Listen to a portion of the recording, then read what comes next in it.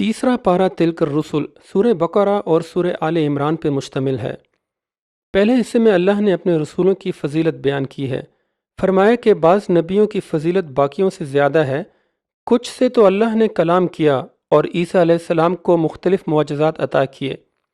خود اللہ کی ذات ہمیشہ سے زندہ اور قائم ہے اور بغیر کسی لغزش اور سستی کے کائنات کا نظام چلا رہا ہے، اور اس کی ملکیت، علم اور کرسی میں کوئی دوسرا شریک نہیں ہے، اور وہی عظیم ہے۔ اللہ نے حق واضح کر دیا ہے اور اب کسی پہ زبردستی نہیں ہے، اور وہ حق کو باطل کے اختیار میں آزاد ہے۔ پھر اللہ نے نمرود اور ابراہیم کا قصہ بیان کیا۔ ابراہیم نے اللہ کے وجود کے دلائل دے کر نمرود کو لاجواب کر دیا، پر اس نے حق کو قبول نہ کیا۔ اس نے زندگی اور موت دینے کا دعویٰ تو کیا، لیکن حقیقتاً زندگی اور موت تو اللہ ہی کے ہاتھ میں ہے۔ جیسا کہ عزیر علیہ السلام کا گزر ایک مردہ بستی پہ ہوا تو حیات بعد از موت پہ تعجب کیا، پھر اللہ نے خود انہیں موت کے بعد زندہ کر کے اپنی قدرت کا مشاہدہ کرایا۔ اسی طرح ابراہیم علیہ السلام نے بھی اطمینان قلب کے لیے مشاہدے کی تمنا کی تو اللہ نے بکھرے ہوئے ٹکڑوں کو ملا کر پرندے کو زندہ کر کے ان کے سامنے لا موجود کیا۔ پھر اللہ تفصیل سے انفاق فی سبیل اللہ کا ذکر کرتا ہے۔ کہا کہ صدقے سے مال بڑھتا ہے اگر صدقے دل سے کیا جائے۔ دکھاوے کے صدقے کی اللہ کے ہاں کوئی وقت نہیں، اور اس کی مثال ایسی ہے کہ ہرا بھرا باغ ہو اور اس کو بگولا تباہ و برباد کر دے۔ دل سچا ہو تو نرم بات اور معاف کرنا بھی دکھاوے کی خیرات سے بہتر ہے۔ چنانچہ مومنین کو دل کھول کر خرچ کرنا چاہیے، خصوصاً سفید پوش غرباء اور مہاجرین پر۔ اللہ سود کی مذمت کرتا ہے اور خیرات کو بڑھاتا ہے۔ قیامت کے دن سود لینے والے لوگ سود کی نحوست سے دوچار ہوں گے۔ یہ جان کر بھی اگر کوئی سود کو ترک نہ کرے تو وہ اللہ اور اس کے رسول سے جنگ پہ آمادہ ہے۔ اللہ نے یہاں تاکید کی ہے کہ اپنے لین دین کے معاملات کو گواہوں کے سامنے لکھ لیا کرو۔ ہاں البتہ اگر نقد سودا ہو تو تب اس کی ضرورت نہیں۔ دوسرے حصے میں سورہ آل عمران میں اللہ اپنی آیات کا ذکر کرتا ہے۔ بیان کیا کہ قرآنی آیات میں سے زیادہ تر تو واضح ہیں، مگر کچھ کو اس نے غیر واضح رکھا۔ اہل ایمان تو دونوں پہ ایمان لاتے ہیں، پر کچھ کج دل لوگ غیر واضح آیات کی جانچ میں پڑھ کر گمراہ ہو جاتے ہیں۔ پھر اللہ نے واضح کیا کہ اس نے دنیا کو مزین کیا عورتوں، بیٹوں، سونے چاندی، نشاندار گھوڑوں، چوپاؤں اور کھیتوں سے، پر ان سب کے مقابلے میں جنت کی نعمتیں اور اس کی جستجو ہی بہتر ہے۔ اللہ عدل کا حکم دیتا ہے اور اللہ کے نزدیک دین صرف اسلام ہی ہے۔ یہاں اللہ اہل کتاب کی سرکشی کا ذکر کرتا ہے کہ کس طرح حق واضح ہو جانے کے بعد بھی اسلام قبول نہیں کرتے ہیں۔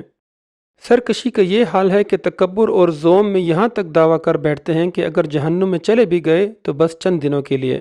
چنانچہ مومنین کو چاہیے کہ صرف اللہ پر ایمان لائیں اور ان سے دوستی نہ رکھیں۔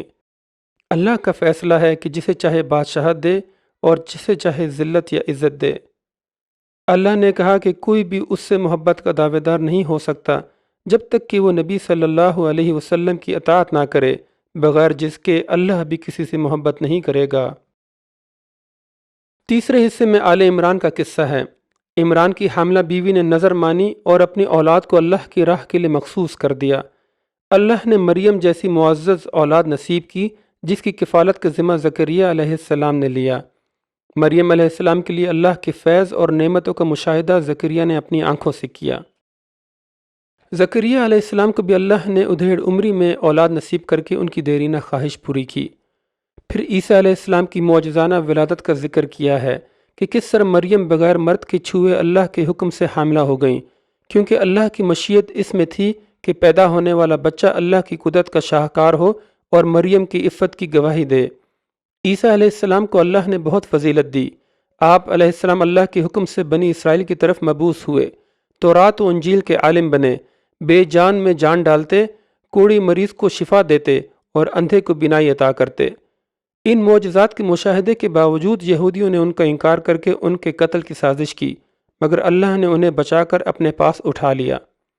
ان واقعات کا ذکر کر کے نبوی دور کے عیسائیوں کو احساس دلایا کہ وہ کس بنا پر عیسیٰ علیہ السلام کو اللہ کی اولاد کہتے ہیں۔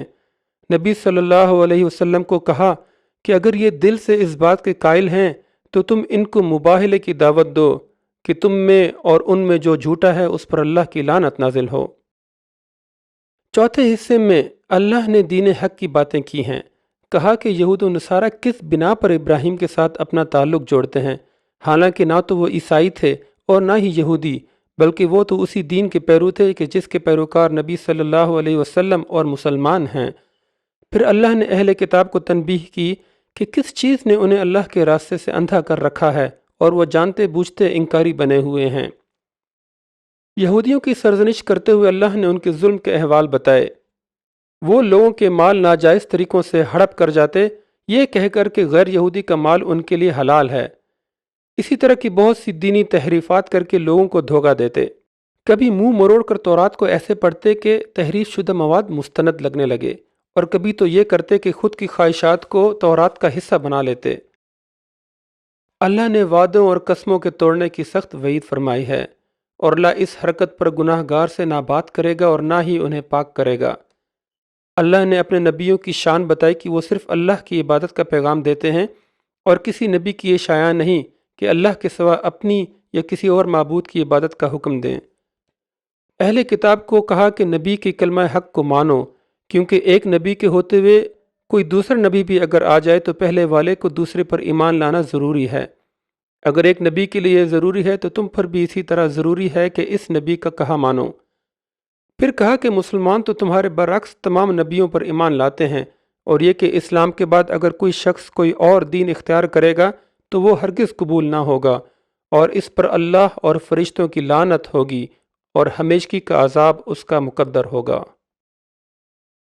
وَلَقَدْ يَسَّرْنَا الْقُرْآنَ لِلذِّكْرِ فَهَلْ مِن مُّدَّكِرٍ